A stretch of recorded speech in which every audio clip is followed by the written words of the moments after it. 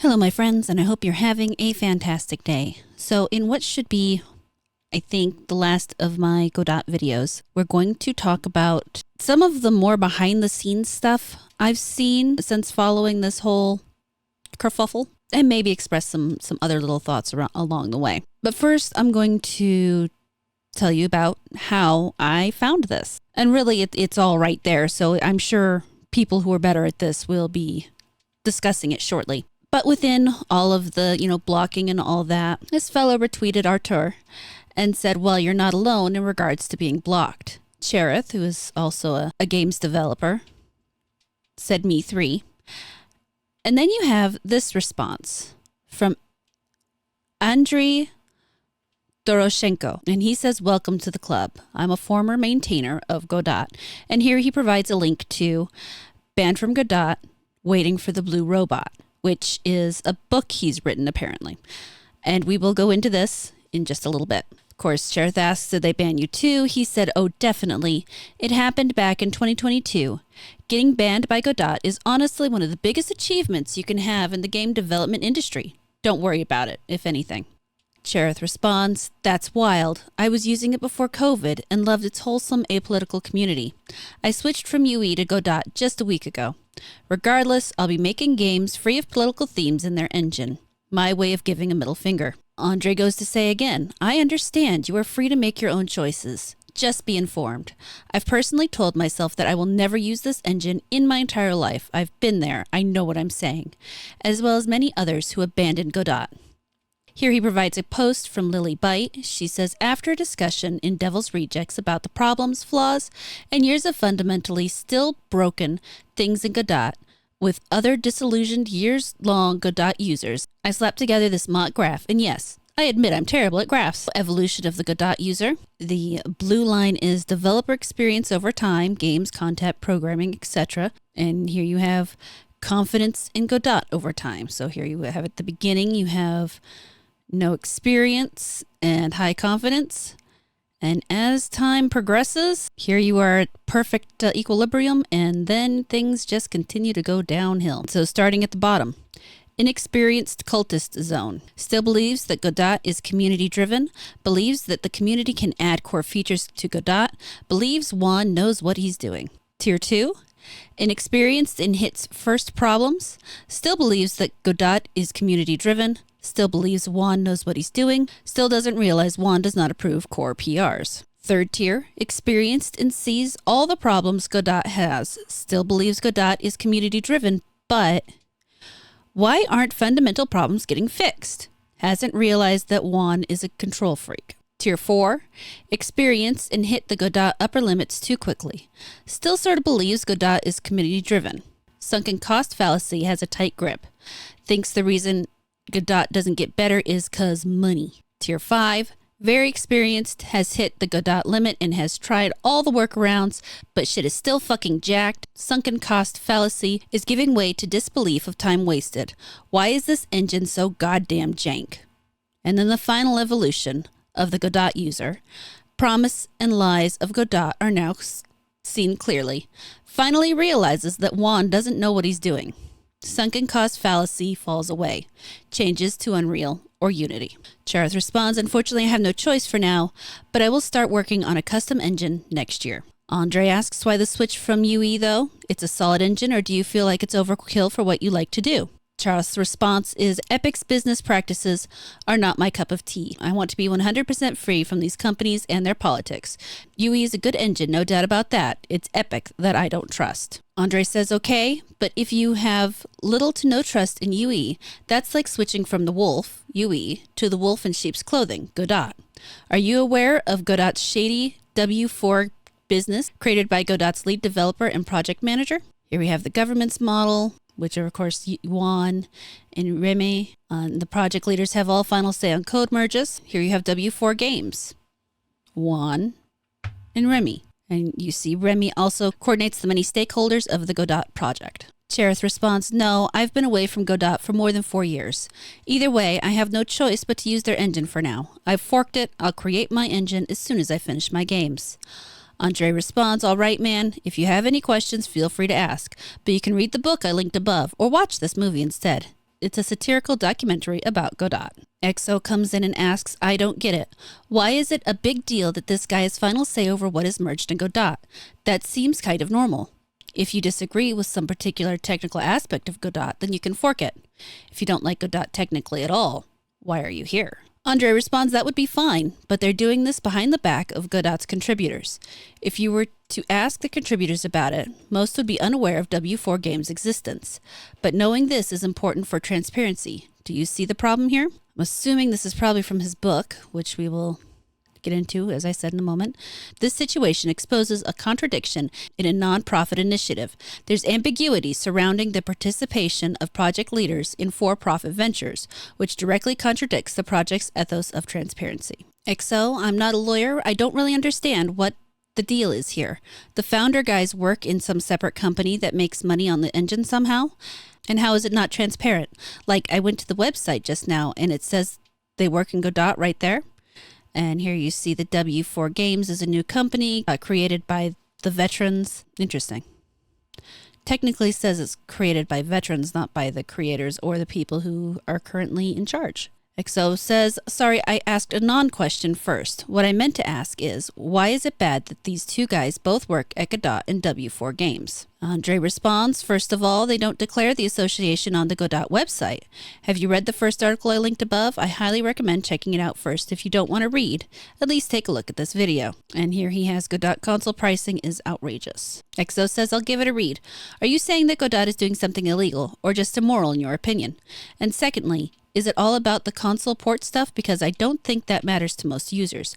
Personally, I'd say, yeah, make your money on that, fine. Andre says, I recently posted about this topic. You can navigate through the threads on X. Actions of Godot's leadership have shattered trust. What they're doing is surely immoral. I'd leave it up to the anti-fraud office to determine if their actions are illegal. And XO ends it with, if it is a legal issue, then we will see what the courts decide. But honestly, this stuff is not something that super interests me as in profit, non-profit status and stuff. But thanks for explaining your issues to me. And here is the visual. It says, Godot Engine is misusing your donations to fuel the commercial agenda of Godot's leadership. We're missing quite a bit of this here, but this may actually be in the book. But he has highlighted one option to do this is via Prehensile Tales, which is Hein Peter van Brahm's Godot Consulting Company. He is a very trustworthy contributor and has also hired full-time several other core contributors to offer commercial support to many large companies using Godot. We could rent their time, and Hein Peter mentioned he would charge us significantly less, probably about the same it would cost us to hire a contributor directly, given this work benefits his clients too. In the end, we both benefit. We don't have to do a stable contract with a specific contributor only so he works in one area for a limited amount of time. There is a note here. There is no both here. One in HP is Godot's leadership. Eventually, in some months, when we are sure who we can hire to work on the project, we switch to stable contracts. In any case, please let us know what you guys think. Also, of course, despite me not working under Patreon donations for these 2 years, I still promised to do the new reward system we discussed in the previous post. But so far, we wanted to wait until GodotCon and confirmation of the grant to reorder this. And this is note, H.P. Brahm is an official member of Godot's leadership, not just an ordinary contributor. This note says the Godot leadership are liars. They misuse your donations by pretending they are not part of the leadership that controls your funds. It is an organized commercial syndicate that exploits free and open source software, or FOSS. Here we are back again at Starkium, where he is having a back and forth basically about the fact that he was blocked. Apparently he got unblocked. The H.P. von Braun, who was referenced in the previous post, is here responding, saying that he was literally unblocked. Andre responds to Braun, why did you delete the Rematak Inc. account on X? Are you trying to hide something? What kind of shady business is this? Too much people started exposing your shenanigans. Here you see this account does not exist. And here you see him on the board of directors. And then as you can see, he blocked him for asking the question. Nate asks if he can elaborate what the Ramatak account was posting. Strange they deleted the account itself. It'd be stranger if they deleted it during the ongoing controversy. Andre says, I haven't followed, I just recall it existed. But in either case, they exploited Godot volunteers through these for-profit companies they co-founded, not to mention a weird political agenda they have been pushing against Unity, for instance. Here you have, and since we're talking about politics, Ramatak, a for-profit company of Godot PLC, once wrote an anti-unity article, and it was packed with socialist or Marxist, if you prefer, propaganda. It honestly couldn't have been more cringeworthy. All right, so all that, we're going to go ahead and get into this book now, because, well, at this rate, I might have to make a 5th goddamn video. But we're not going to do that. So here we have the book by Andrei Doroshenko. And if he happens to hear this and I'm mispronouncing your name, I should have apologized back at the beginning, but I'm sorry. How to make an open source community-driven project, manage it, and remain a human. Description. Software engineering can be tough, no doubt. Managing an open source community-led project presents its own set of challenges. The good news, we don't have to act like robots. Delve into effective strategies for enhancing collaboration among people striving for a shared objective. Reveal the detrimental impact of poor communication regarding your project's vision, mission, goals, non-goals, purpose, direction, intention, principles, ideology, philosophy, etc. By neglecting these crucial elements, the long-term success of your project may be compromised. It is no longer surprising that one of the most notable open source projects where these ideas are overlooked and disregarded already exists. It's called Godot Engine. This book serves as a post-mortem analysis of Godot as an alleged community-driven project focusing on its fanatical nature. Too long, didn't read. The following satirical piece serves as the ultimate guide to all things Godot. And here you have a video which will also be linked down in the description. And then, of course, he has the reviews for his book. I'm not going to even pretend to try to pronounce that. He says, I have a good laugh on this, even if it is rather a tragedy than a comedy. Save your time, use something that is not a messy toy without vision. I'm so sorry for all the people who are tricked in contributing or using it. A bruh says, at first it was funny, but then it just became really sad. Godot Engine has a lot of potential, and now it's all going to be ruined because of how greedy and incompetent the leaders are. Definitely worth a watch. For more satire, read Interlude, Becoming a Blue Robot. He has Democracy Thrives in the Light. Share your testimonies and join the public discussion. The archived version of the book is available in a single-paged HTML for printing and reading. I'm going to say right now, this man has a lot of dedication to this. I don't know what they did to piss him off specifically. I imagine it is somewhere in this book, but all I know is I do not ever want to piss him off in the same way that they have, because wow. Hold on, let me make myself smaller. There, sorry about that. I didn't mean to be blocking so much. I'm still down here though, don't worry. Let's go ahead and look at about the author real quick. He's a software developer specializing in game development. In 2017, he came across Godot. In 2018, he earned his bachelor's degree in computer science. He played a key role in the development and support of Godot and actively contributed to the development for 5 straight years on a voluntary basis. In 2021, he officially took on the role of Godot Engine maintainer. He is a co-author of the engine. In 2022, he ranked in the top 20 contributors by the number of changes to the Godot engine. He submitted over 200 pull requests and proposed dozens of popularly demanded features. He revamped the unit testing system and turned it into a fully functioning feature. He played a crucial role in improving Godot's build system and is the brains behind the custom modules feature. Among other notable contributions, he implemented features like the Boolean operations on polygons, as seen in the geometry singleton, and many of the destructible features you come across in games made with Godot are there thanks to Andrei's contributions to Godot. So he has been a busy boy as far as Godot is concerned. Now, as I stated in the previous video, there is a lot of information here. Like, a lot. So there's no way I'm going to read through this whole thing. There's a lot of information that I don't need rattling around in my head. But at the same time, I do feel that it's important to at least look at some of it. Here in the chapter 1.1, Value of Waiting, he explains that part of Godot is the way they have manipulated people into believing that waiting, the patience, will eventually have a payoff.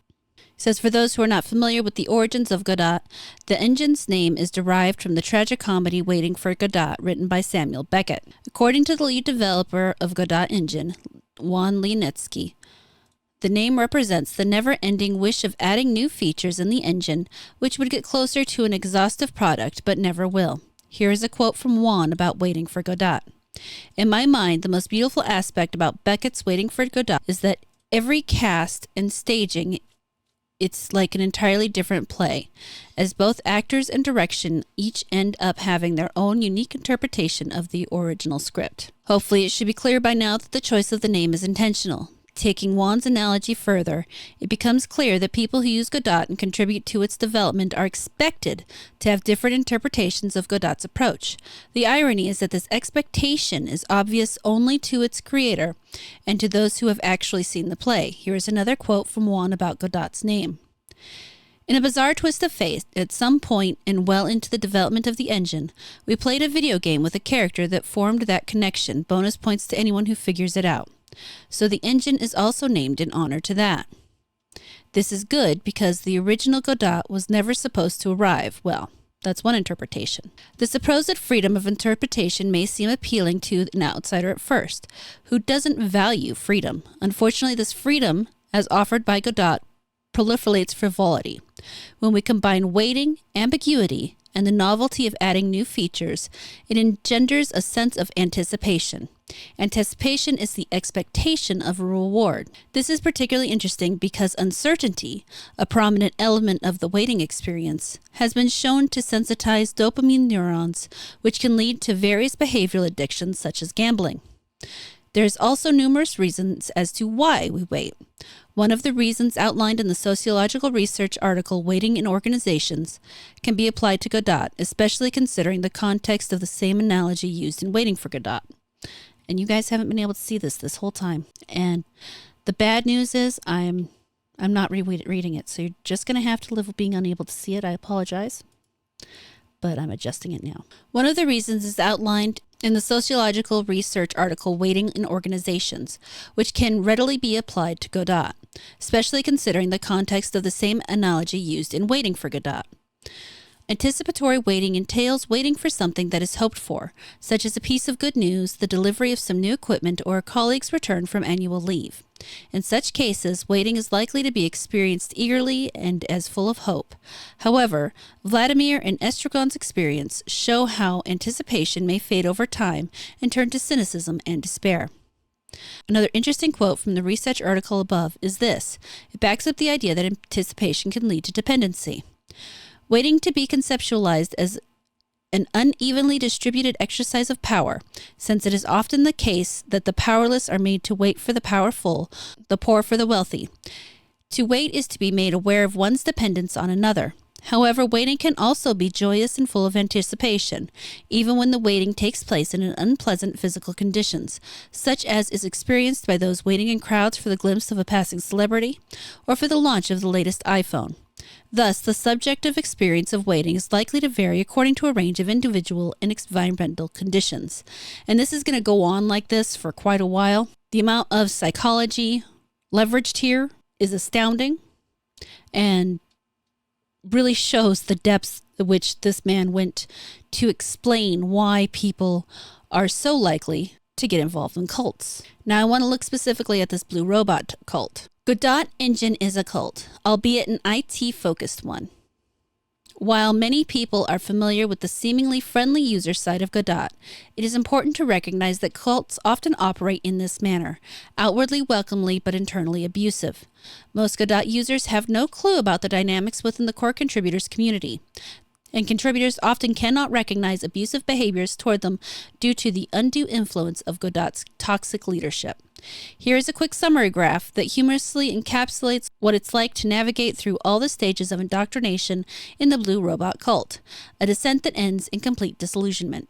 And we read this earlier. While Godot is commonly viewed as just a game engine, it has also been variously defined as a movement, a cult, a grift, you name it. The truth is that Godot encompasses all these facets depending on the local communities and cultures surrounding Godot. Nevertheless, when we scrutinize the actions of Godot members, particularly the hypocritical behavior exhibited by Godot's leadership, it becomes evident that they predominantly function with a cult groupthink mindset.